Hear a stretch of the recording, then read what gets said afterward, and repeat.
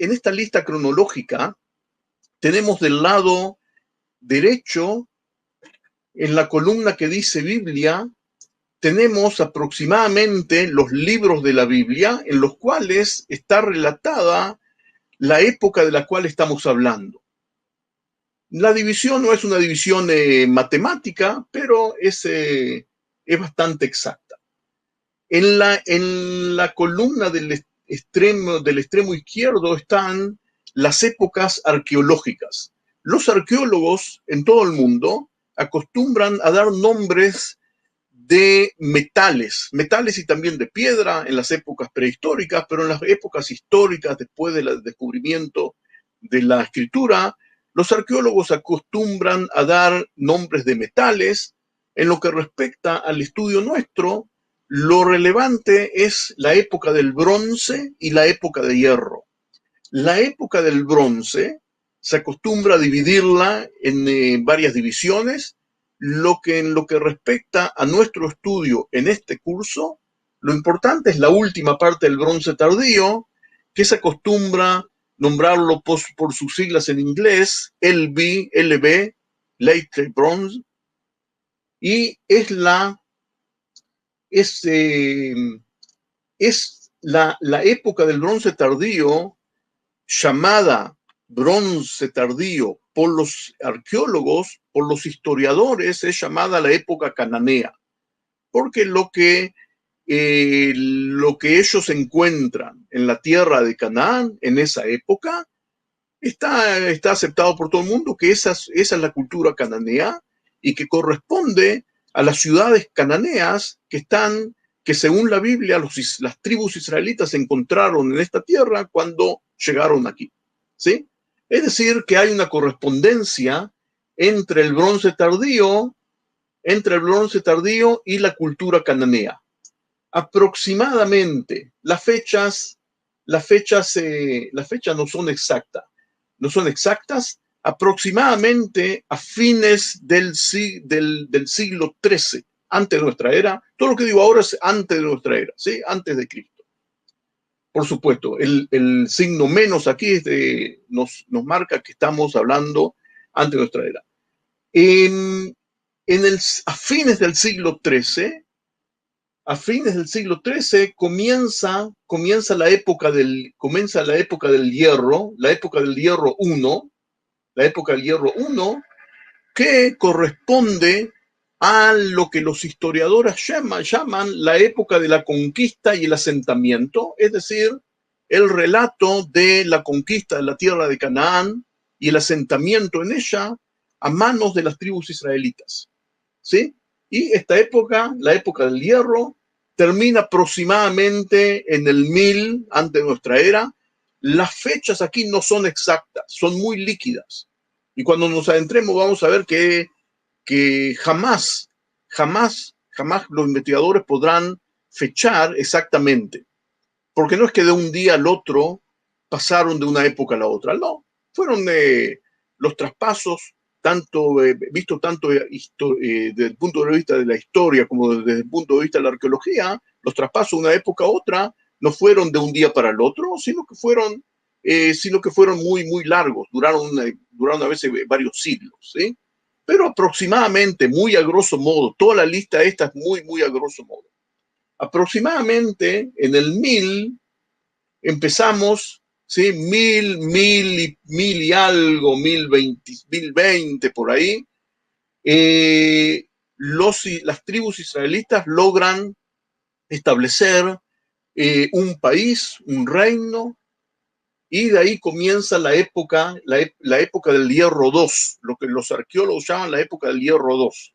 Desde el establecimiento del Reino Unido, del cual que vio solamente 3 reyes, Saúl, David y Salomón, cuyas fechas son también muy líquidas, no son seguras. Recién después de la muerte de Salomón, en el año 928, recién ahí podemos establecer con un alto grado de certeza las fechas con exactitud, ¿sí? Con la muerte de Salomón en el 928, como todos ustedes sabrán, el reino se divide en el reino de Israel y el rey en el norte y el reino de Judá en el sur. El reino de Israel existe en un periodo aproximadamente de unos 200 años hasta que es destruido por los asirios, y el reino de Judá en el 586, destruido por los babilonios de Nabucodonosor. Esas son las épocas que nos van a ocupar en este curso. Luego sigue el periodo babilónico y persa, que no sé si llegaremos a ellos. Lo que vamos a ver es lo que en general, muy a grosso modo, es lo que los arqueólogos llaman época del bronce tardío y época del hierro, hierro 1, periodo de asentamiento, hierro 2, la época del reino, con sus correspondientes relatos bíblicos que están escritos aquí. Por supuesto que los reyes, los nombres de los reyes que escribí acá no son todos los reyes que hubieron, ¿sí? Todos los reyes que hubo. Solamente elegí 4 que son más prominentes a mi punto de ver, pero por supuesto que no están, que aquí no están todos. Hasta aquí con hasta aquí con la lista cronológica, y ahora vamos a comenzar con nuestra clase propiamente dicha, y voy a ver acá. Vamos a empezarla con la continuación de la respuesta a una de las preguntas que ustedes me hicieron al final de la clase anterior. Al final de la clase anterior, una pregunta de un tema que yo no pensé tratarlo en este curso, pero si hay mucho interés, voy a dedicarle algunos minutos. Me preguntaron acerca del origen del idioma hebreo, ¿sí? Y yo expliqué, incluso les aconsejé que lean el capítulo 31 del libro de Génesis, donde se encuentran Labán y Jacob, y vemos ahí como Labán habla en arameo y Jacob habla en hebreo. Todo eso lo explicamos en la clase anterior, no voy a volver sobre eso, pero yo quisiera, ya que tocamos el tema, que veamos así muy, muy rápidamente, de una manera muy, muy sintéticamente, y pedirle al que quiera continuar que lo haga, que el que quiera expandir este estudio, que lo haga en su casa. El texto ese que vimos en Génesis 31 está relacionado con otro texto hermoso. Los dos textos esos es como si hablasen uno con el otro. El otro está en el Deuteronomio 26. Deuteronomio capítulo 26, hay un precepto, una mitzvah, una orden de Dios que ordena que después que los israelitas se establezcan en la tierra y construyan el templo, deben llevar las primicias de los primeros frutos, los primeros frutos de sus cultivos, deben llevarlo al templo y ofrecérselos a Dios. Y cada agricultor, cada jefe de familia hizo eso mientras existía el templo, tanto en el primer templo como el segundo templo. En la época de las primicias, cada jefe de familia llegaba con los primeros frutos al templo, y hay aquí algo muy interesante. La persona que lleva las primicias, hay un texto acá que está obligado a declararlo y está dictado palabra por palabra. Eso es lo que debe decir la persona que lleva las primicias, ¿sí? Tiene que hacer una especie de declaración. Ahora, ¿por qué esto es importante y por qué está relacionado con lo que vimos en el capítulo 31 de Génesis? Porque aquí se dictamina que la persona que presenta las primicias tiene que decir en esta declaración una especie de reseña histórica del pueblo hebreo. Y como ustedes sabrán, las sociedades tribales en todo el mundo las sociedades tribales tienen una especie de memoria histórica colectiva, que muchas veces está hecha como un acordeón. O sea, ellos recuerdan en síntesis lo que realmente ocurrió durante mucho tiempo, o muchas veces al revés. Pero una especie de síntesis histórica que puede llegar muy, muy lejos, siglos anteriores, y lo que la persona esta que llevaba las primicias declaraba es una síntesis. Y la síntesis dice así, es una síntesis de agradecimiento a Dios que llevó al pueblo hebreo en toda esta epopeya. Y dice así: cuando hayas entrado en la tierra que el Señor tu Dios te da como herencia y tomes posesión de ella, etcétera, etcétera, ¿sí? Le dirás al sacerdote que está oficiando. A partir de aquí es lo que la persona debe declarar. La persona debe declarar así: hoy declaro ante el Señor tu Dios que he entrado en la tierra que Él nos dio, tal como se lo juró a nuestros antepasados. El sacerdote tomará de tus manos la canasta y la pondrá frente al altar del Señor tu Dios. Entonces tú declararás ante el Señor tu Dios: mi padre fue un arameo errante y descendió a Egipto. No voy a leer el resto. En el resto está sintetizada la epopeya del pueblo hebreo, que fueron esclavos en Egipto, que salieron de ahí, que combatieron y que conquistaron la tierra de Canaán. Pero la frase que yo subrayé aquí, amigos, pongan cuidado, en la memoria histórica colectiva de esta gente, es que sus antepasados eran arameos, es decir, que hablaban uno de los dialectos arameos. Y esto, como dije, este texto está comunicado con el que vimos en la clase anterior. Ahora que hemos completado el tema vamos a seguir.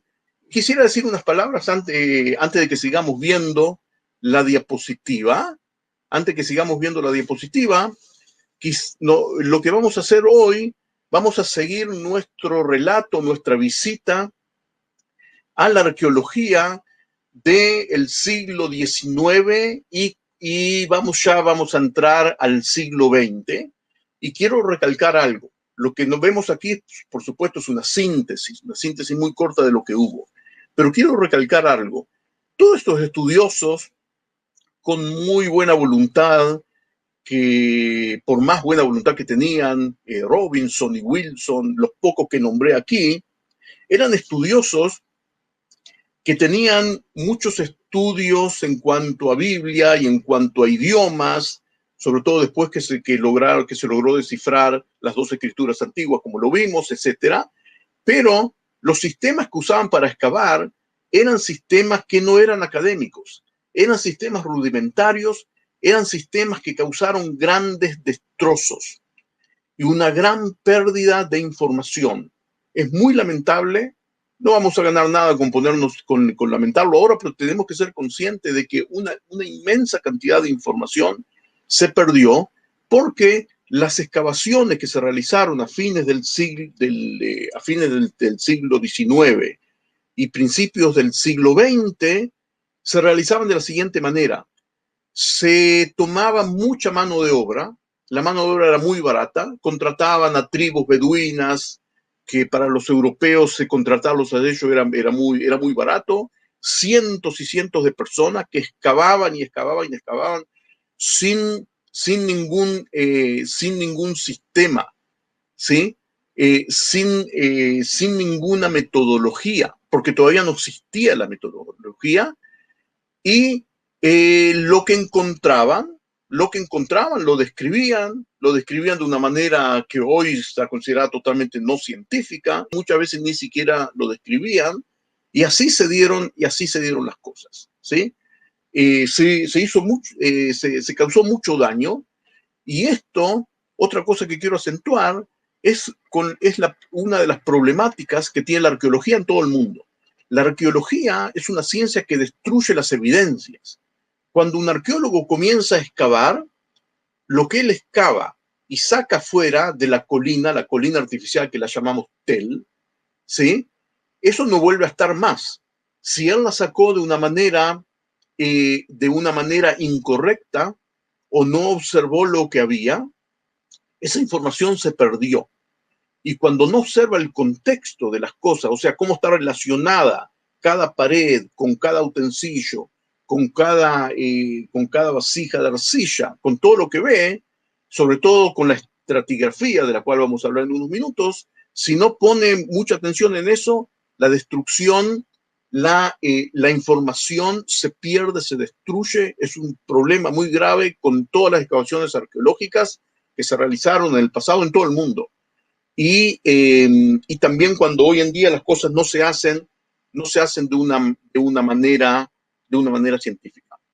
Quiero dedicarle unos minutos a la persona que es considerada el padre de la arqueología moderna en nuestra zona, pero la metodología que él descubrió y que él sintetizó es la metodología que forma la base de la arqueología hoy en día en todo el mundo.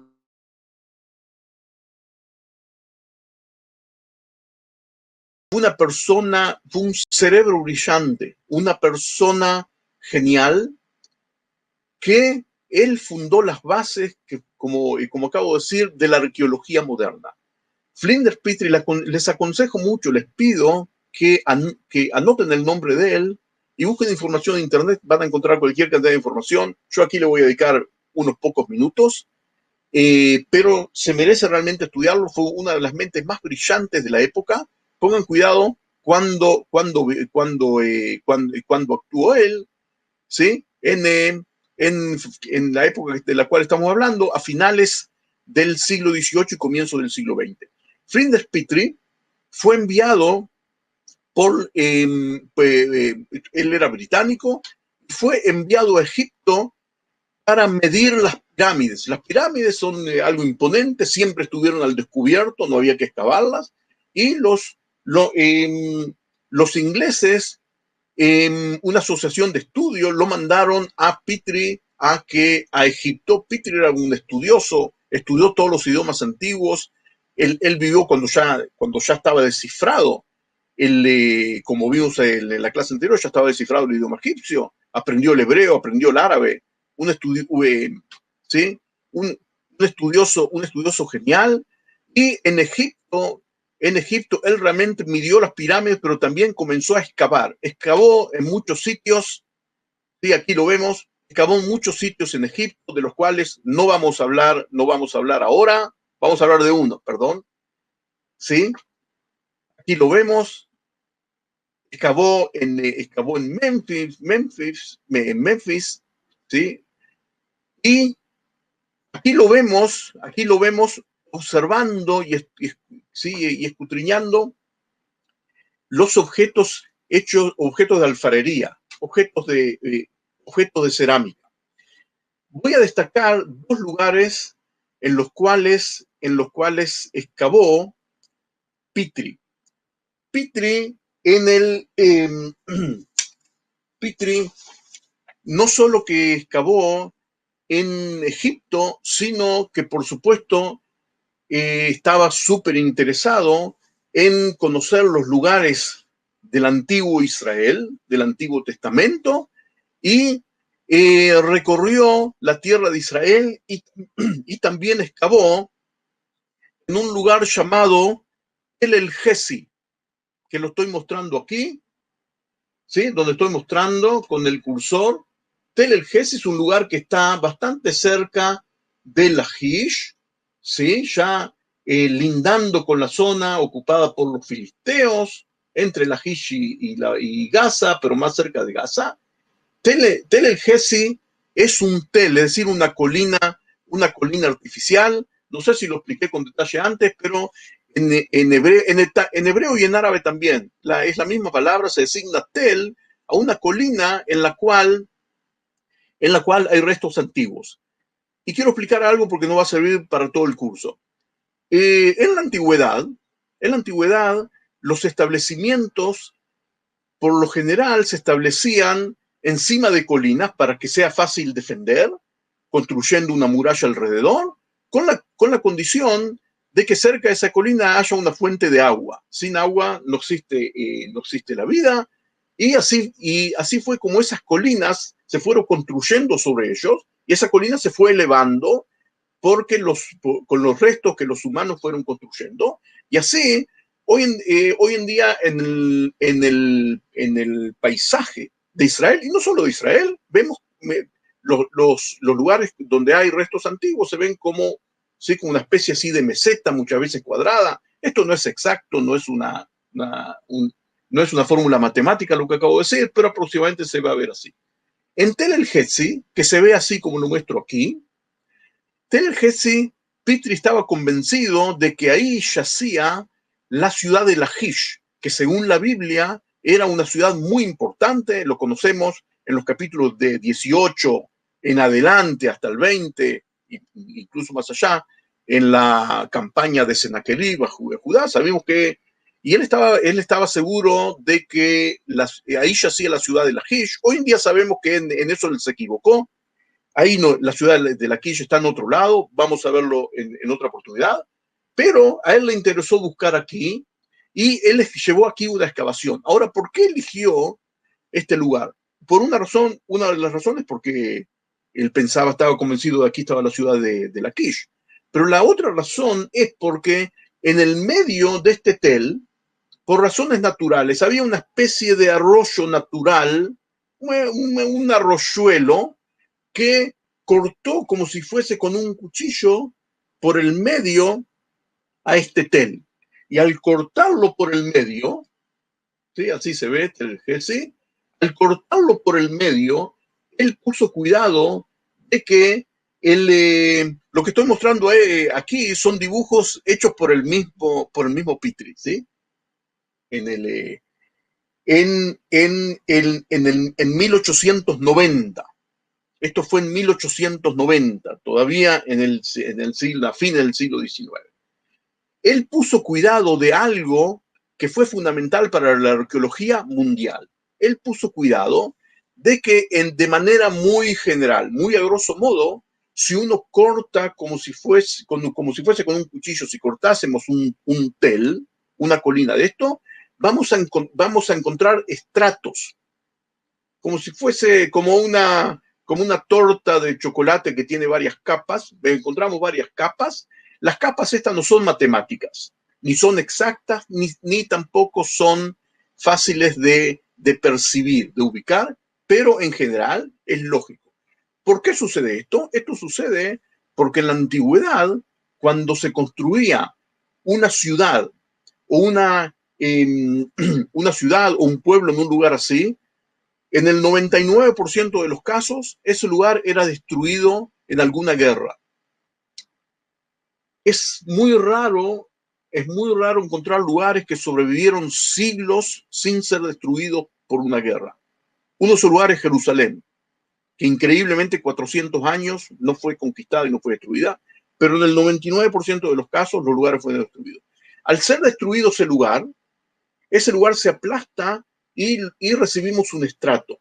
Ahora, las mismas condiciones que atrajeron a los primeros pobladores atraen ahora a otros pobladores, que pueden ser los mismos pobladores que huyeron o sus descendientes o otras personas de otro pueblo también, y vuelven a construir sobre las ruinas, ¿sí?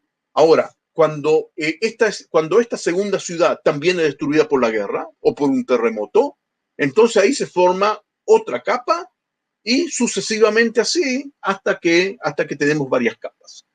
Esta es una realidad mundial, universal. Puede ser que estaba en la imaginación de todo el mundo, pero el primero en describirla y en notar la importancia que tiene esto para la arqueología fue Petrie. Así nace, ¿sí?, el estudio de la estratigrafía. En toda excavación arqueológica, cualquier parte del mundo, siempre hay una persona que es experto en la estratigrafía, en reconocer por dónde van las capas. Y esto no es matemático ni es exacto, porque muchas veces los nuevos pobladores usan cosas que están semidestruidas e incluso excavan. Hay también, muchas veces excavan a través de las capas, buscando agua o para cimentar nuevas construcciones. Entonces, esto, aparte el grosor de cada capa, no es el mismo a lo largo y a lo ancho de toda la capa. O sea, no es matemática, pero en general es muy importante ubicar las capas y tratar de fecharlas y de identificarlas en cuanto a la cultura a la cual pertenecen. Aquí tenemos fotos tomadas en 1890, aunque no lo quieran creer. Pongan atención cómo Petrie fue muy cuidadoso en, ubicar cada capa y en registrarla. El registro exacto de lo que uno encuentra es fundamental para la arqueología, por lo que dije antes, la arqueología es una ciencia que destruye las evidencias para siempre. ¿Sí? Entonces, si uno logra identificar las capas, a propósito, voy a hacer una pequeña nota en el medio. Puede ser que yo lo que diga ahora sea un poco aburrido, pero tiene una importancia fundamental, porque cuando lleguemos dentro de 3 o 4 clases a las grandes discusiones que existen en la arqueología bíblica, entre los minimalistas o los maximalistas, etc., ustedes van a ver de que las grandes discusiones son por esto, porque un investigador dice que tal capa o tal estrato es del siglo X y el otro dice no, es del siglo IX. Vamos a ver cómo cada uno defiende su posición.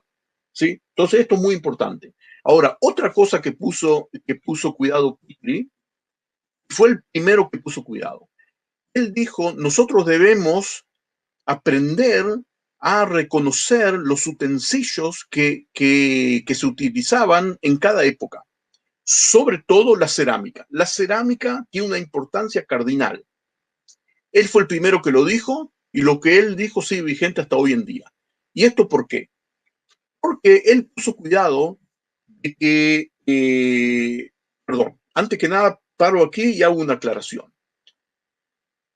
De todos los utensilios que se usaban en la antigüedad, muchísimos de ellos estaban hechos de materiales perecederos.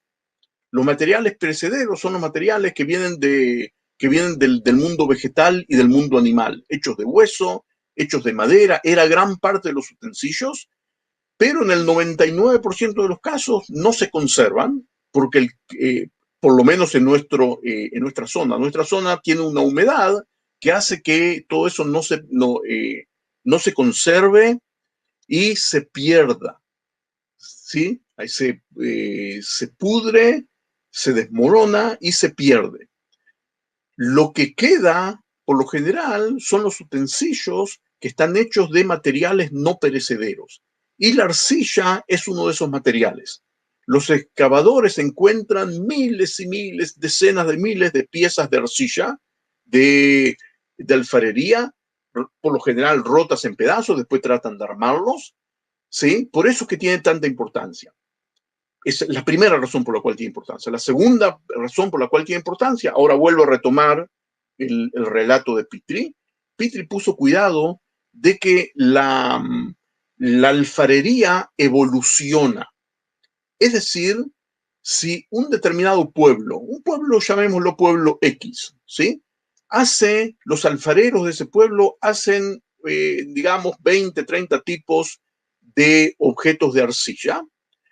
Los nietos de esos alfareros, ¿sí? Por lo general los oficios se pasaban de generación en generación en mi familia, los nietos de esos alfareros lo iban a hacer como sus abuelos, pero un poco distinto.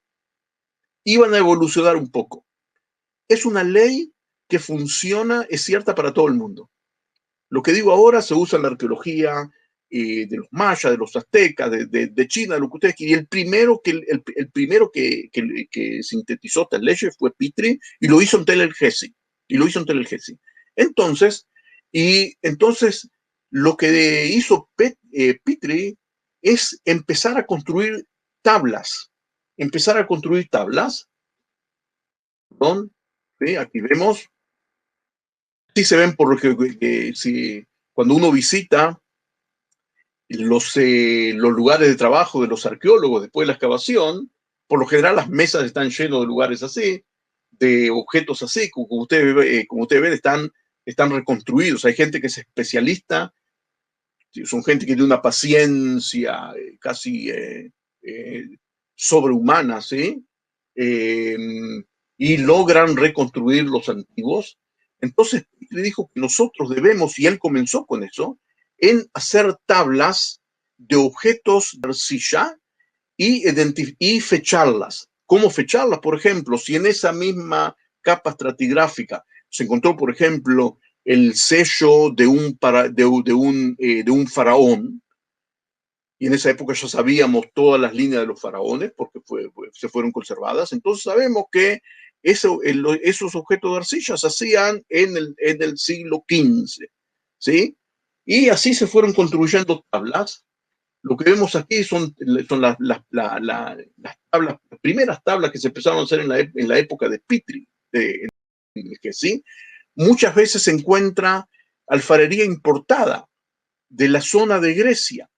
Y como en Grecia se logró fechar, porque hay determinadas capas allí que están fechadas por erupciones volcánicas o por terremotos o por otras cosas, ¿sí? Uno puede entrecruzar la información y hacer un fechado entrecruzado entre Grecia, Egipto y Israel.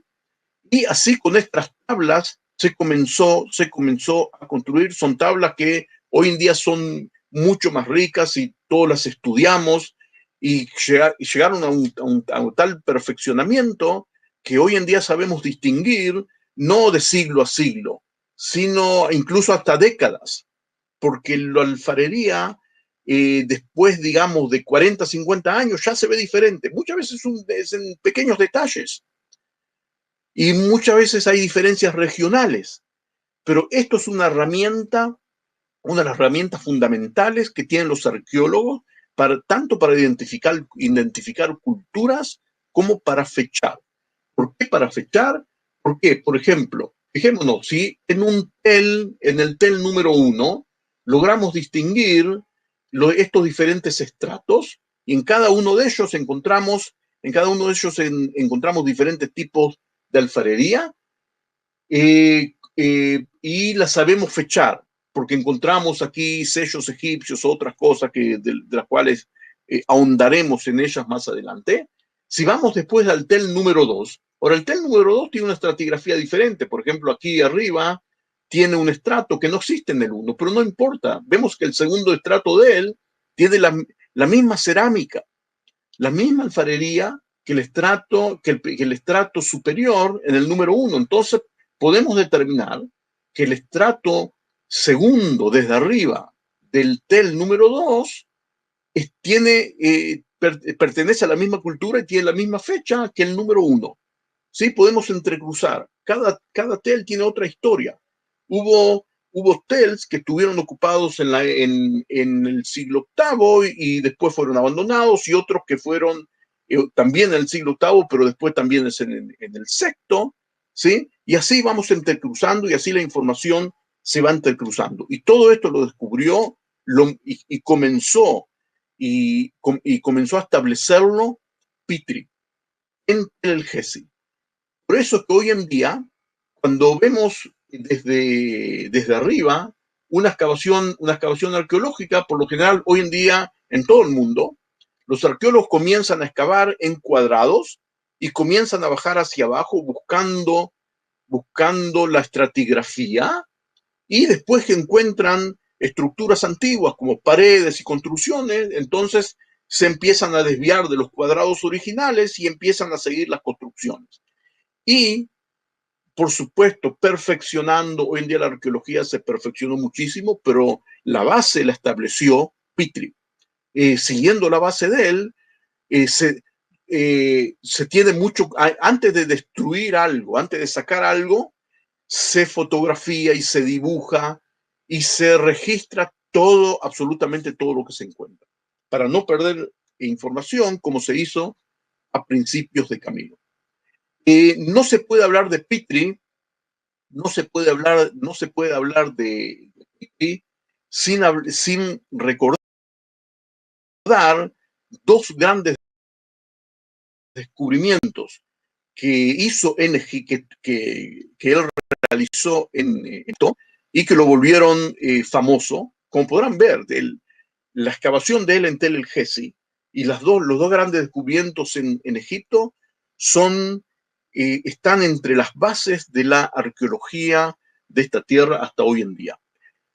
Vamos a dedicarle 5 o 10 minutos a los descubrimientos de Petrie en Egipto, porque están directamente relacionados con la tierra de Israel. ¿Sí? Veamos, hagamos una visita virtual muy rápida, relámpago a Egipto. El antiguo Egipto se vivía en el Bajo Egipto y en el Alto Egipto. El Alto Egipto está en el sur, ¿sí? Los egipcios miraban hacia el sur. Los egipcios, hay algo también que es importante que lo sepamos. El hecho de que nosotros construyamos mapas e imaginemos el mundo con el norte hacia arriba es una visión europea. Es una visión europea que se implantó en todo el mundo y fue aceptada en todo el mundo, pero no es necesariamente así. Desde el punto de vista, perdón, desde el punto de vista de la lógica, el globo terráqueo podríamos darlo vuelta y poner el sur arriba o de otra manera.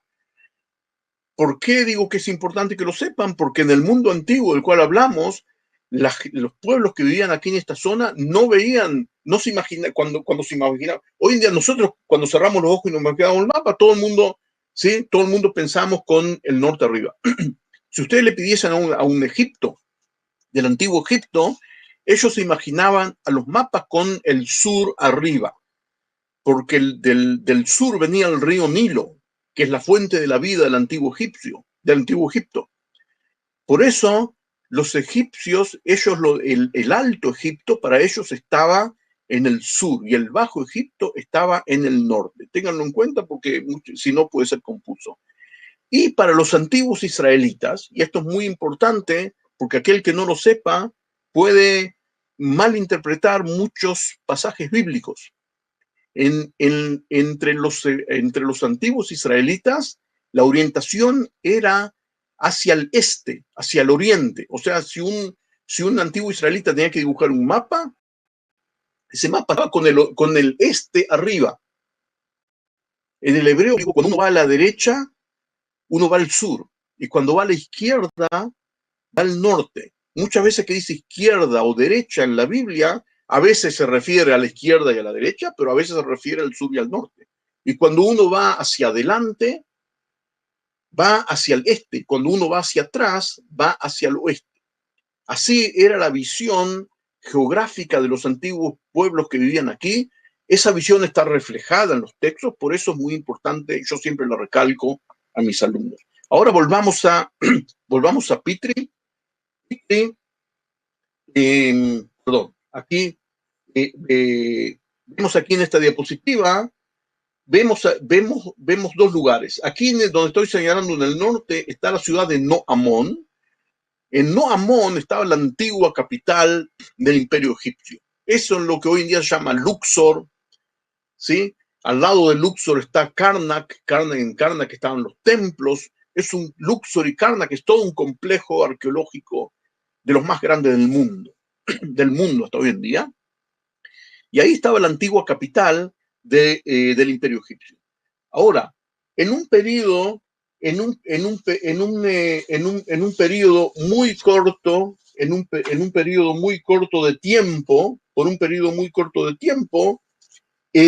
hubo un rey que trasladó la capital a este lugar que él lo llamó Ajetatón, pero que el nombre árabe moderno es El Amarna. El Amarna es el nombre de una tribu beduina que deambula por ese lugar, ¿sí? Y por menos de 20 años la capital fue trasladada aquí y luego la capital fue devuelta a No Amón. Una especie de aventura.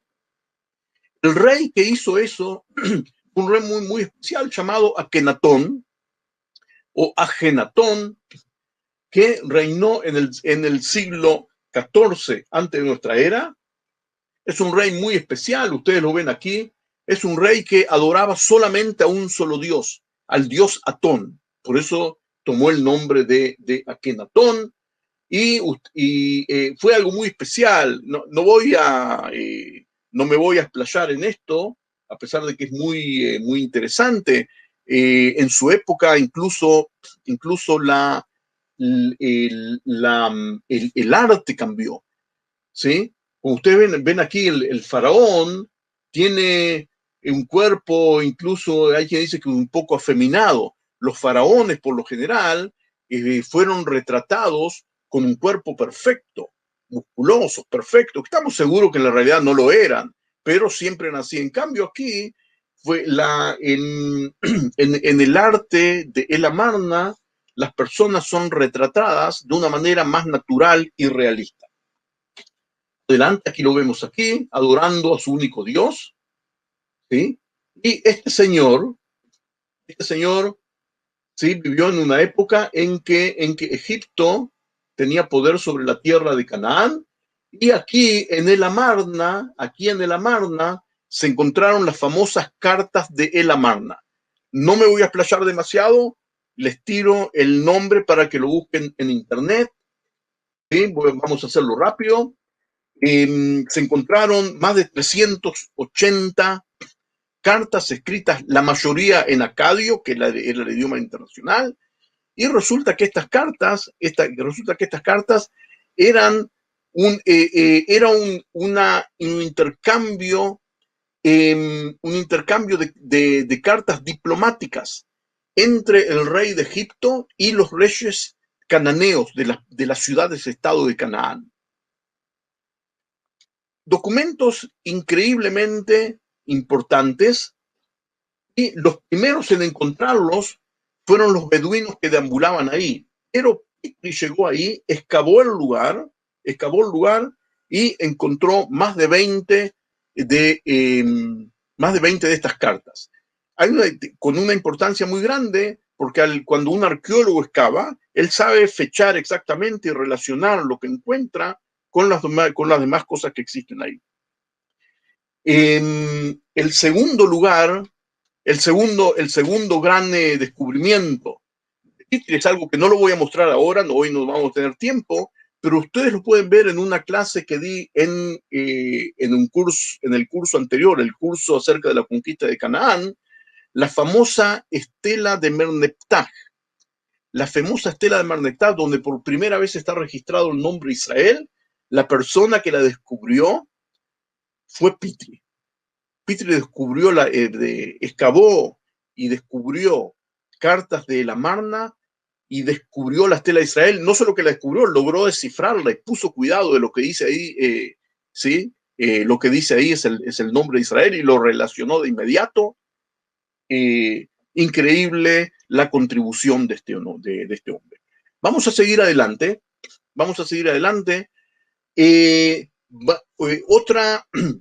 Entonces hablamos de Petrie.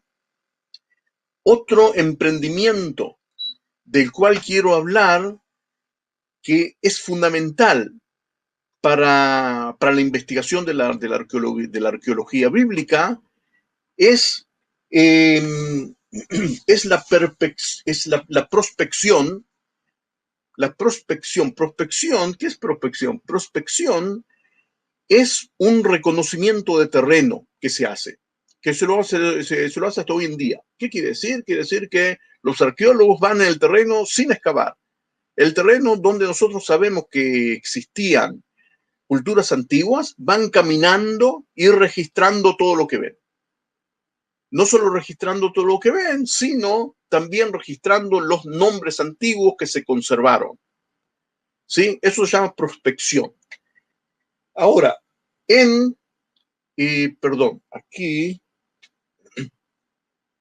entre los años 1872 y 1877, a fines del siglo XIX, los ingleses recibieron permiso de los turcos que dominaban aquí para hacer una prospección en toda la tierra de Israel, y la prospección que hicieron, amigos, fue extraordinaria.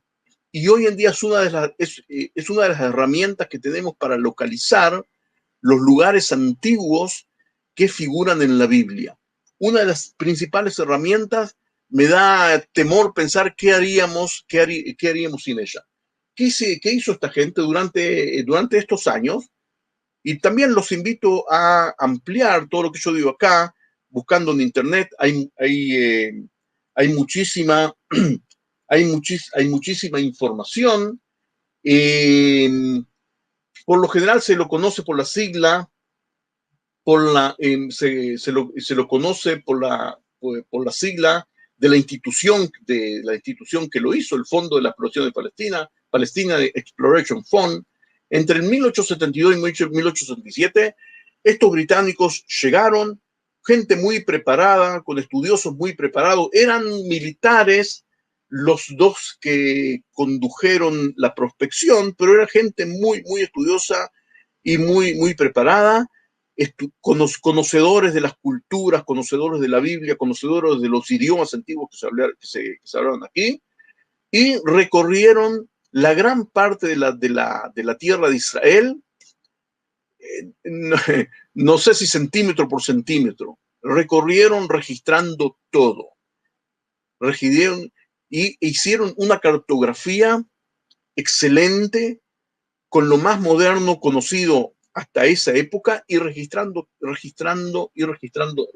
todo, ¿sí? En 26 hojas, lo que llaman en inglés sheet, realmente no son hojas, son 26 grandes mapas, que ahora les voy a mostrar por lo menos una de ellos, divididos, por supuesto, en cuadraditos, y en los cuales ellos registraban exactamente, sobre todo buscando vestigios antiguos, restos de construcciones antiguas, y lo más importante, para mí lo más importante, es de que en cada lugar ellos preguntaban a los lugareños, sobre todo a los beduinos que deambulaban aquí. Los beduinos, como salen a pastorear sus rebaños, los pastores de rebaño, por lo general en todo el mundo, recuerdan nombres de todos los lugares, porque les es muy importante incluso los nombres de cada loma y de cada pequeño lugar o de cada pequeño señal. Preguntando a los lugareños y anotando. ¿Sí? El idioma hablado en esa época por todo el mundo aquí era el idioma árabe. Ellos aprendieron el árabe y registraron todo. Registraron todo. ¿Y por qué esto es tan importante? Porque la mayoría de los nombres que ellos registraron se perdieron con el tiempo. 50, 60 años después ya nadie los recordaba. O sea, es como una especie de fotografía aérea que ellos tomaron con decenas de miles de nombres, muchos de ellos, escuchen bien, muchos de ellos nombres de lugares registrados en la Biblia. Muchas veces mis alumnos me preguntan, cómo ustedes saben dónde estaba la ciudad bíblica de Eitam o otros lugares? Hay lugares que se conservaron, ¿sí? Pero muchísimos lugares no. Los nombres no se conservaron. Ahora, los nombres que registraron estos británicos, miles de ellos lograron registrar, aparte indicando exactamente dónde estaban ubicados geográficamente. Es un aporte tremendo y hoy en día es una de las herramientas, de las principales herramientas que tenemos para ubicar, ¿sí? Para ubicar.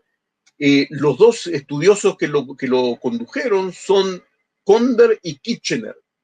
¿Sí? En nuestra jerga de los investigadores, cuando decimos, sí, fíjate lo que si Conder o Kitchener lograron ubicar, nos referimos a lo que ellos dicen. Las publicaciones de ellos fueron todas publicadas en 9 tomos muy grandes, de como 400 páginas cada tomo, y hoy en día en 7 volúmenes, perdón. ¿Sí? En 7 volúmenes. Hay 2 volúmenes más que se hicieron después con índices. Tal vez voy a hablar de ello después. Ahora, hay un fenómeno que es un fenómeno que es universal. Los nombres de lugares se van transmitiendo de cultura a cultura, aun cuando la gente cambia y los idiomas cambian. En América Latina los podemos ver, hay miles y miles de nombres topográficos, que son nombres en idiomas indígenas, como el Mississippi, que esos indígenas ya no están más ahí, ¿sí? Los que los reemplazaron hablan en inglés o en español, pero conservan los idiomas, conservan los nombres de los lugares en los idiomas, en los idiomas originales, ¿sí? Incluso nombres de ciudades o de países, incluso como Uruguay, son nombres indígenas que los habitantes que los reemplazaron siguen usando el mismo nombre. La toponimia del continente americano es casi, en su mayoría es indígena, de idiomas que, aun cuando esos pueblos fueron reemplazados. Ahora, ese fenómeno es un fenómeno mundial, universal, y sucedió también aquí. Por eso es que los nombres hebreos de la época bíblica se fueron transmitiendo y transmitiendo, y por eso es que muchos nombres en árabe registrados por los británicos son nombres hebreos, muchas veces deformados, por supuesto, pero muchas veces conservados, aun cuando en árabe no significan nada o tienen otro significado. Por ejemplo, el nombre Beit Lehem. Beit Lehem, que es Belén, Belén en hebreo es Beit Lehem, en hebreo significa la casa del pan. En árabe, lehem, la misma palabra significa carne, pero los árabes siguen usando el mismo nombre, a pesar de que en árabe significa la casa de la carne. La gente, como dije, es un fenómeno universal y la prospección esta ¿sí? Así se ven los 26 mapas unidos, y todos estos mapas, amigos, están disponibles para todo el mundo en internet. Uno puede bajarlos y uno puede bajarlos. Quiero mostrarles ahora, ¿sí? Uno puede bajarlos y verlos. No, perdón, voy a ver aquí. Ahora estoy mostrando una página de internet, como pueden ver aquí. Este es el volumen número 3, que contiene los sheets desde el 17 al... y son obras extraordinarias. O sea, cuando los arqueólogos hoy en día discuten si un tel es determinado sitio o otro, por lo general en la discusión ustedes van a escuchar qué es lo que vieron ¿sí? en la prospección, en esta prospección. Y como pueden ver aquí, ellos incluso dibujaron y relataron con palabras y ubicaron de una manera muy, muy exacta en el mapa. E incluso tomaron a veces fotografías. Tomar fotografías en aquella época era algo muy, muy incipiente, pero así lo hicieron con una exactitud que realmente provoca admiración. Después de, pueden buscar incluso en Wikipedia, no hay en español, pero si tienen problemas con el inglés pueden traducirlo. Así se llama en inglés, Survey of Palestine, PEF, y hay aquí mucha explicación con mucho material. Hay aquí una explicación con mucho material. Ahora vamos a bajar esto. Y lo que quiero mostrar aquí, por lo menos dos o tres ejemplos. Vamos a los índices que hizo esta gente. Ellos hicieron índices de así se ve la tapa, ¿sí? Así se ven los índices que hizo esta gente, índices de nombres de lugares. Como pueden ver aquí, el índice está en idioma árabe, pero aquí en la explicación, ellos dicen que ellos lo logran, como pueden ver aquí que hay letras hebreas. Ellos nos dicen de que esto está relacionado con un lugar en la Biblia que lo lograron reconocer. 64, 54. Ejemplo, veamos aquí este ejemplo, vamos a ver, como el tiempo se nos está escapando, vamos a ver un solo ejemplo. Por ejemplo, ellos escucharon de los locales de que hay, un lugar se llama Semería y lo identifican, dice, muy puede ser de que ese lugar sea el lugar llamado Shimron Merón, que está, que está recordado en Josué capítulo 12. Y muchísimas veces ellos tienen razón. Muchísimas veces ellos no acertaron, pero el registro que ellos hicieron aquí en esta columna es algo que como ya lo dije varias veces, tiene un valor increíble.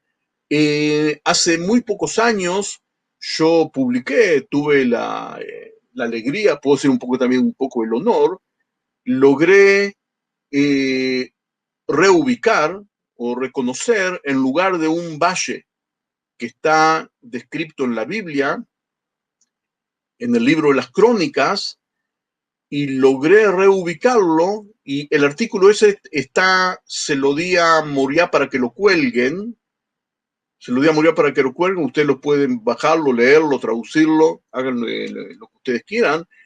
Logré reubicarlo haciendo un estudio entrecruzado paleográfico con un sellado que encontraron ahí en el lugar, con el relato bíblico y también con la ayuda de los nombres registrados por los británicos hace más de 100 años. Entrelazando estas tres fuentes, logré reubicarlo y hoy en día es aceptado también por otros estudiosos, ¿sí? Es un valle llamado Gei Harashim, que al parecer hay que pronunciarlo Gei Harasim, en mi opinión, y logró ubicarlo exactamente, porque el nombre ese está registrado, quedó registrado por los lugareños así. Ahí, perdón. Eh, después después de la publicación, de esta gente, estudiosos modernos hicieron más índices. Es decir, hoy en día nosotros trabajamos, lo que estoy mostrando aquí es un documento que también es toda esta información está libre por internet. Está libre por internet. Si quieren esto también, este PDF también si les interesa, lo puedo mostrar.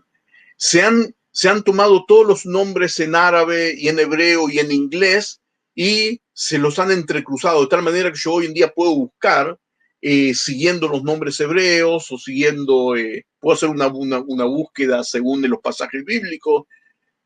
Hoy en día la vida en ese sentido es más fácil, ¿sí? Con estas herramientas que tenemos, ¿sí? Podemos ubicar. Vamos a ver por lo menos un ejemplo. Por ejemplo, aquí, ¿sí? Vamos a aumentar, por ejemplo, aquí, ¿sí? Ellos encontraron un nombre, que Ain Helwe en árabe, que ellos dicen que probablemente es Abel Meholá, que es un lugar que está registrado en la Biblia. Y son lugares que estaban en ruinas, pero el nombre se conservó. Como les dije, esto es una herramienta muy importante. Y es muy importante por otra cosa, que voy a recalcarla, otra entre las 1000 que no tenemos tiempo de hablar sobre ellas, pero hay que tener en cuenta algo muy importante, que es una continuación de lo que vimos antes.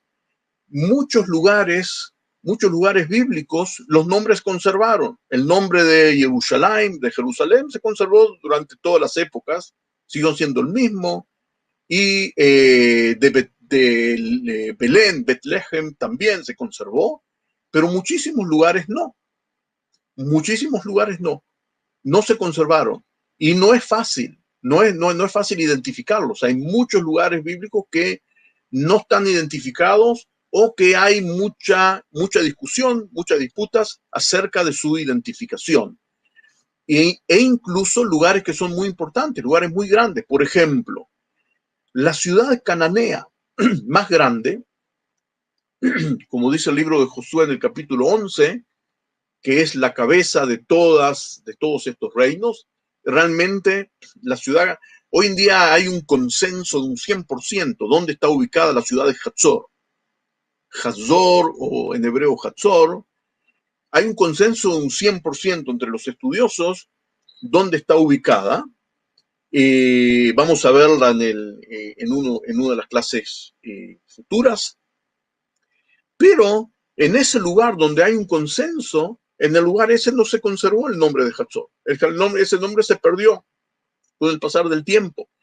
Y el nombre en árabe de Hatzor no tiene absolutamente nada que ver con el nombre antiguo.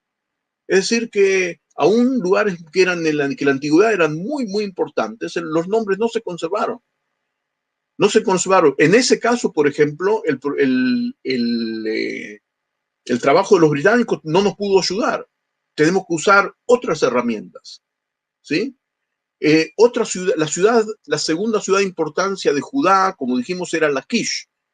En el lugar en el cual hay un consenso de un 100, no sé si un 99% entre todos nosotros, de que la antigua Laquish está ahí, en ese lugar el nombre Laquish no se conservó.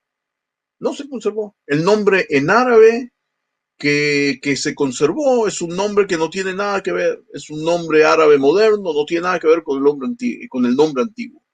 Muchas veces se conserva y muchas veces no. Muchas de las veces que se conservó hasta el siglo XIX y fue rescatado por los británicos. Y luego se perdió. ¿Sí? Y entre la cantidad que fue rescatada por los británicos, es una cantidad, como dijimos antes, de miles y miles, no solo de ciudades, sino también de arroyos. Ellos registraban todo, ellos preguntaban todo. ¿Cómo ustedes lo llaman a este arroyo?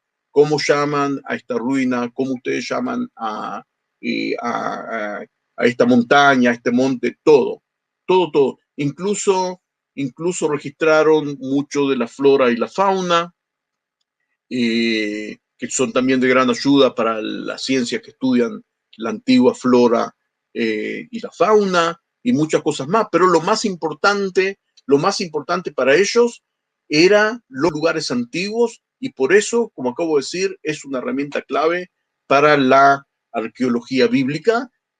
Otro detalle que no tiene nada que ver con lo nuestro, pero es parte de la realidad, lo que empujó a los británicos a hacer eso fueron dos cosas. Una, realmente el ansia de volver a reconocer en el terreno, o sea, realmente como eran los lugares bíblicos. Eso era lo principal, lo único. Pero hubo también otra razón que los empujó. Era el espionaje. Este lugar estaba dominado por los turcos y los británicos y los franceses siempre tenían los ojos puestos aquí para que el día de que el imperio turco se desvanezca, ellos penetraran, y al final fue lo que hicieron después de la Primera Guerra Mundial. Cuando el imperio turco se desmembra, entonces los británicos y los franceses se dividen aquí toda la zona, pero eso ya es parte de otra, eso ya es parte de otra historia. Como nuestro tiempo se va terminando, vamos a ver, para completar esto, vamos a ver una parte de otra realidad, ¿sí? Vamos a ver una parte de otra realidad, la realidad de los excavadores que vinieron, que estuvieron aquí en esa misma época, a finales del siglo XIX y principios del siglo XX. Comenzaron a llegar aquí europeos y norteamericanos a excavar. Y como las leyes y los principios que estableció Petrie estaban recién en sus pañales, muchos de estos investigadores hicieron excavaciones de una manera que yo hasta la llamaría de una manera bastante brutal. Como lo dije antes, excavando grandes extensiones, sin poner cuidado a la estratigrafía, sin poner cuidado en el resguardo de lo que uno saca, y hicieron más daño mucho más es el daño de lo que contribuyeron. Uno de los lugares que es un ejemplo de esto que desgraciadamente sucedió en la tierra de Israel es Megiddo. Megiddo, como lo sabrán, es una ciudad importantísima, está relatada en la Biblia de la época de Salomón y luego fue una de las ciudades más importantes del Reino del Norte. Una de las ciudades más importantes y su nombre no se conservó, pero existe un consenso entre los estudiosos de dónde es y hoy en día es uno de los lugares más visitados, más visitados del país. A ver, no, está aquí. ¿Sí? Ahora, en Megiddo, en el año, entre los años 1903 y 1905, excavó una delegación alemana, ¿sí? Excavó una delegación alemana, también excavando grandes extensiones. Y luego, sí, perdón, los alemanes hicieron esta parte, realmente hicieron estragos. Esto que ven aquí, ¿sí? Esto que ven aquí es lo que excavó Schumacher entre 1903 y 1905. Es como si hubiese cortado el tel con un cuchillo, sacando grandes cantidades de tierra. Y no solo eso, sino que sacó las grandes cantidades de tierra y las puso en un lugar, las puso en otro lugar del tel, lo que después puede causar confusión. Lo que uno saca tiene que ponerlo en otro lugar y, por supuesto, que hacer una revisión hasta milimétrica, pero en esa época no se hacía. Luego vino entre los años 1925 y 1939, vino una delegación muy grande de Estados Unidos, de Chicago, con la intención, escuchen bien, con la intención de excavar todo el tel de Megiddo. Y desgraciadamente recibieron permiso. En esa época ya estaban aquí los británicos, ya no estaban más los turcos. Desgraciadamente los británicos les dieron permiso y su intención era excavar hasta la base. Afortunadamente no lo lograron. No lo lograron porque en 1939 estalló la Segunda Guerra Mundial y por eso abandonaron el lugar. Pero si no, hoy en día no existiría el Tel Megiddo. Hicieron muchísimo daño, pero no, afortunadamente, por causas trágicas, sí, pero afortunadamente no lograron arruinar todo y afortunadamente quedó mucho. Ahora, uno de los problemas que tenemos hoy en día en Megiddo, hoy en día para los arqueólogos modernos, es la destrucción de información que hizo toda esta gente. ¿Sí? Veamos aquí, así se ve Tel Megiddo. Pongan cuidado cómo aquí hay un gran corte y aquí donde estoy apuntando es donde Schumacher hizo ese gran corte. Aquí no se ve muy bien. Pongan cuidado. ¿Ven cómo aquí está cortado? El tel, en la altura original del tel es donde están estos árboles, donde están estas palmeras. Schumacher cortó todos estos metros y sacó, él y su gente sacaron todo lo que estaba aquí y lo pusieron en donde no tenían que haberlo puesto. Y así, con esto entramos, amigos, a la época, con esto entramos, amigos, al siglo XX. Con esto entramos al siglo XX. Nosotros entramos al siglo XX con muchas cosas mal hechas, pero con, con los principios que estableció Shah-Pitri y que fueron adoptados sobre todo por los británicos, aparte de lo que se hizo en Megiddo, y luego por los israelíes que los continuaron después de 1948 con el establecimiento del Estado de Israel. Y con esas herramientas entramos y con los conocimientos de los que nos dejaron la gente del PIF, con esas herramientas entramos nos adentramos en el siglo XX y el siglo XXI. Y con esas herramientas, a partir de la clase que viene, vamos a seguir avanzando y ver cómo empezaron a surgir los sitios bíblicos y cómo empezaron a surgir también las diferentes opiniones y las diferentes discusiones que conviven dentro de esto llamado la arqueología bíblica. Les doy las gracias, como siempre. Espero que hayan disfrutado.